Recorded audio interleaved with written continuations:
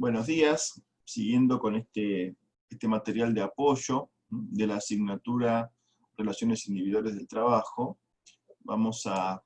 voy a tocar ahora el tema suspensión de ciertos efectos del contrato de trabajo.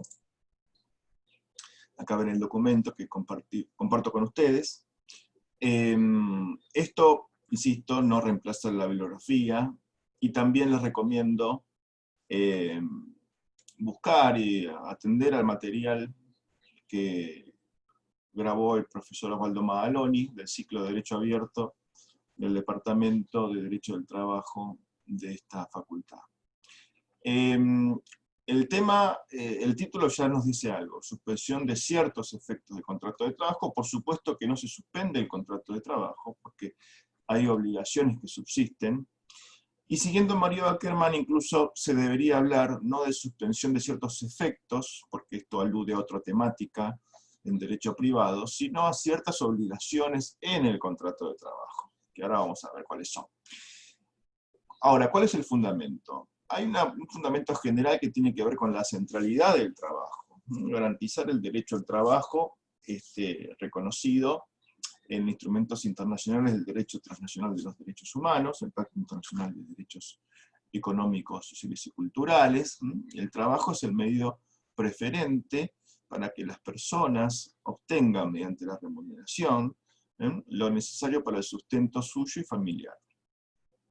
Entonces, es necesario, es un bien conservar el contrato de trabajo, la continuidad del contrato de trabajo. Y después luego hay razones particulares, que puede ser realizar un castigo o sanción, o la ineficacia transitoria de la prestación laboral por razones económicas ajenas a la voluntad del empleador, a la imposibilidad concreta de dar ocupación efectiva, por ejemplo por razones de fuerza mayor, etcétera, que vamos a ir viendo en los diferentes supuestos de suspensión válida.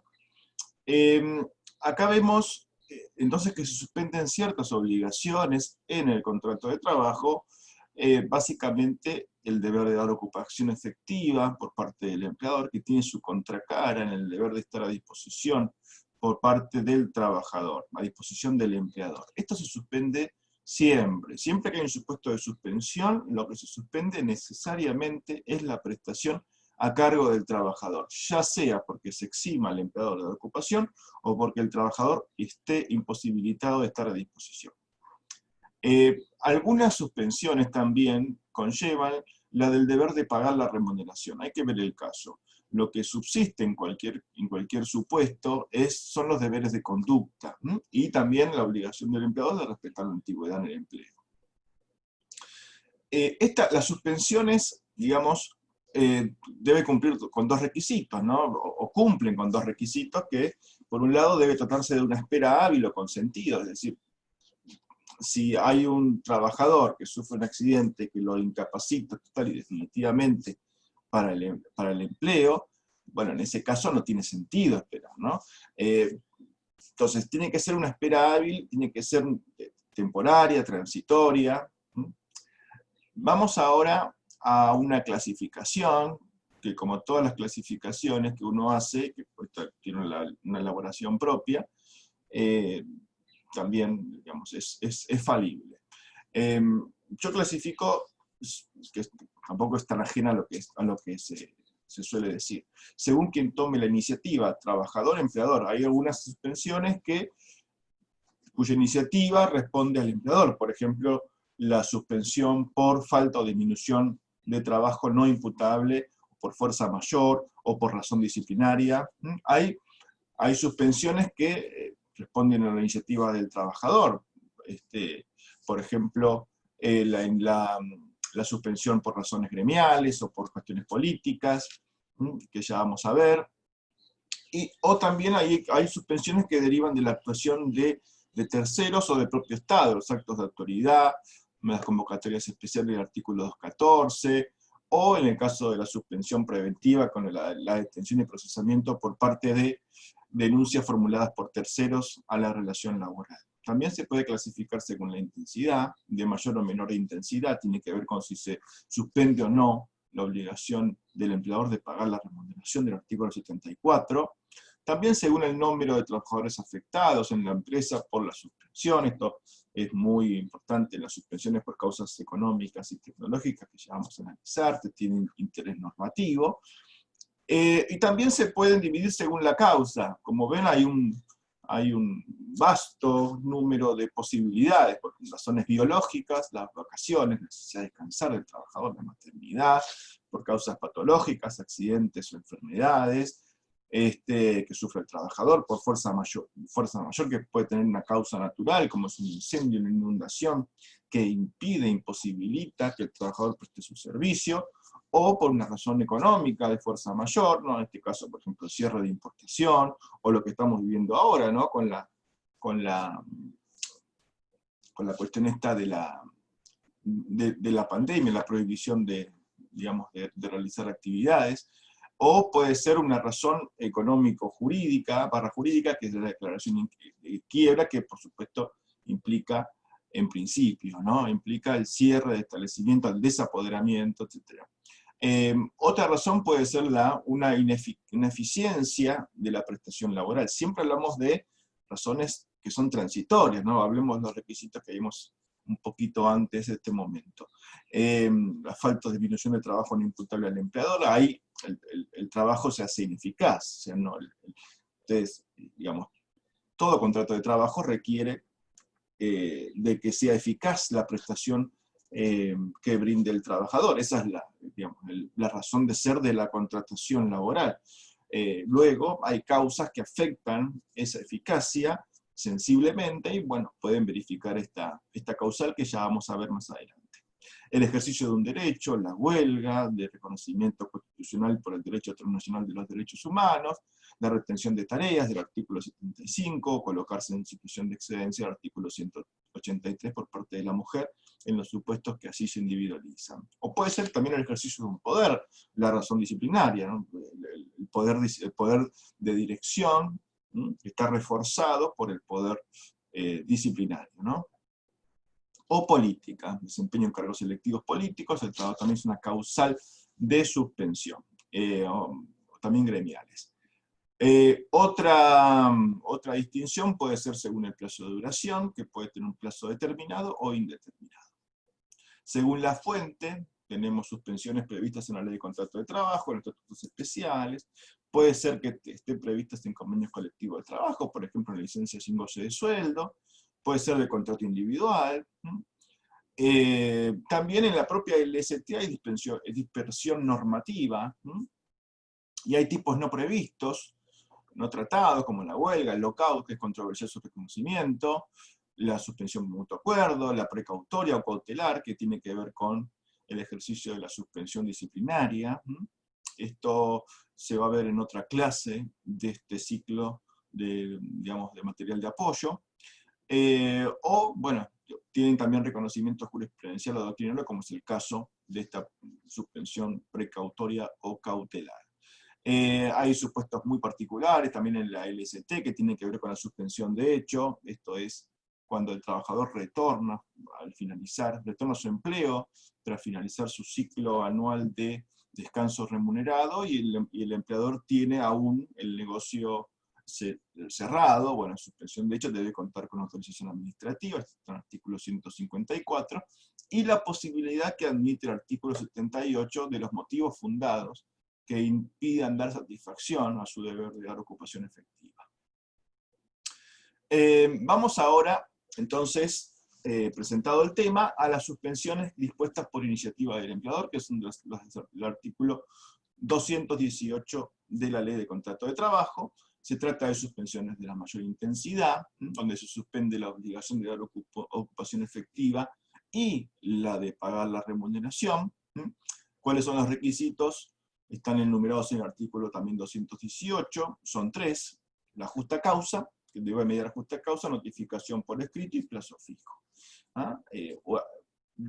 3 aclaraciones, no es un listado taxativo, es decir, pueden haber otros recaudos distintos de los enumerados en la ley, la contemporaneidad en las sanciones disciplinarias, o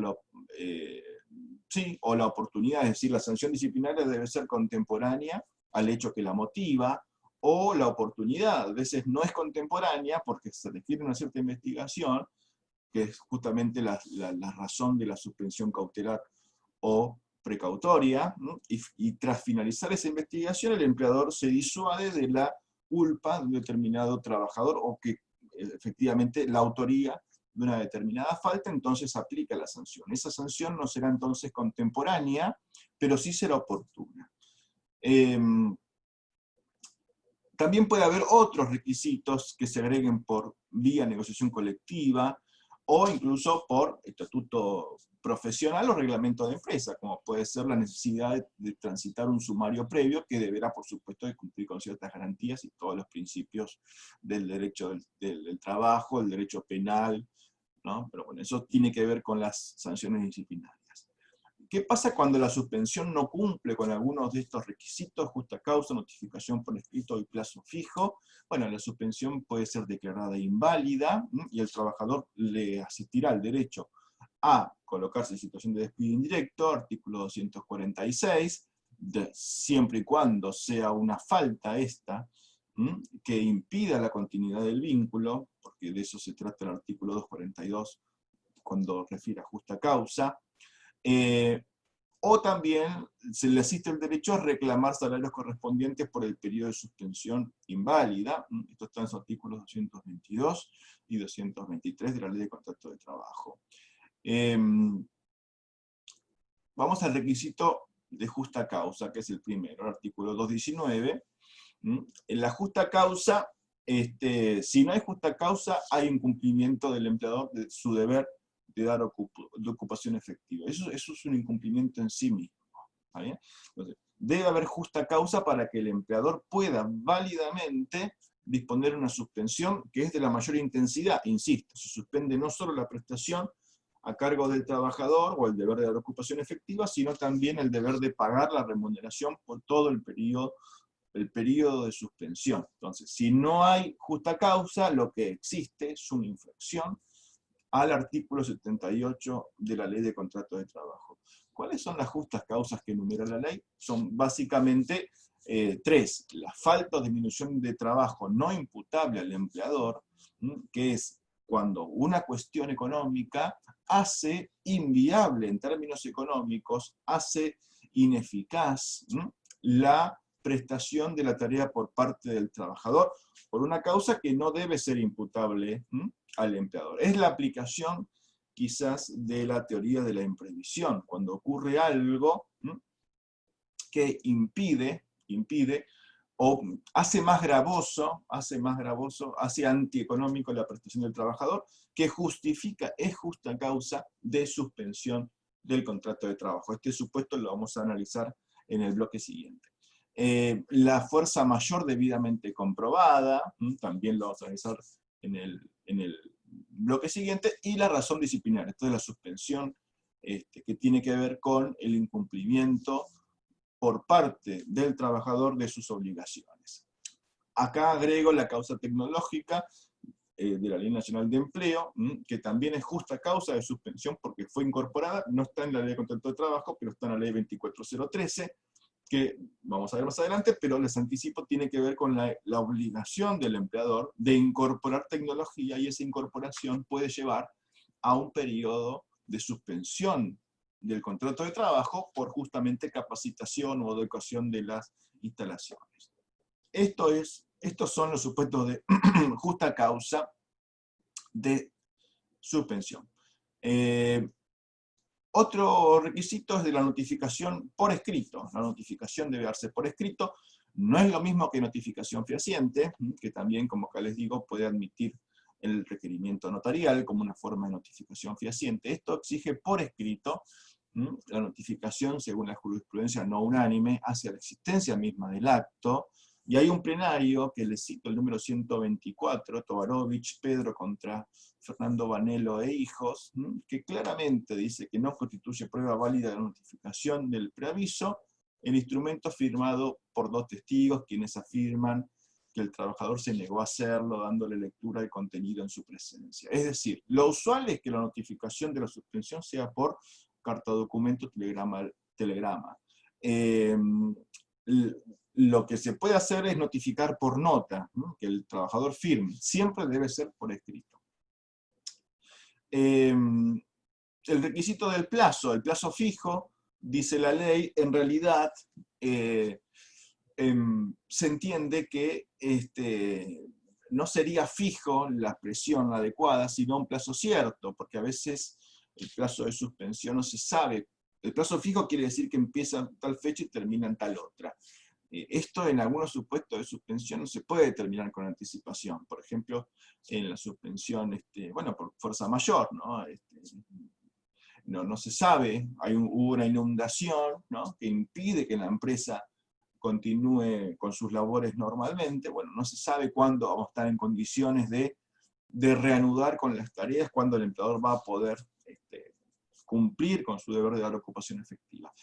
Eso es imposible que en la notificación se dé el plazo, digamos, el momento de finalización del periodo de suspensión. Por eso, más bien, se habla de cierto, ¿no? De certidumbre, plazos ciertos.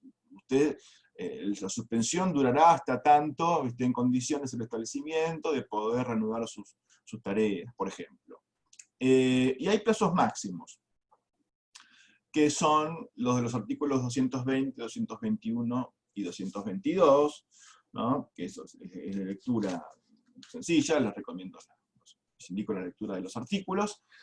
Algunas aclaraciones muy breves, depende si es trabajador mensualizado o trabajador jornalizado. En el primer caso se computan los días corridos, en el segundo caso se computa por los días efectivamente perdidos, porque el jornalizado puede no trabajar, y de hecho no trabaja todos los días del mes. La suspensión se cuenta por días enteros, aunque hay algunos casos donde la suspensión tiene que ver con, o lo que ocurre en el periodo de suspensión es una reducción de la jornada de trabajo.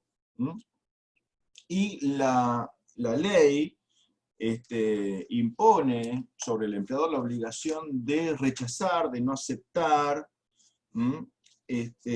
aquella suspensión que supere los plazos máximos.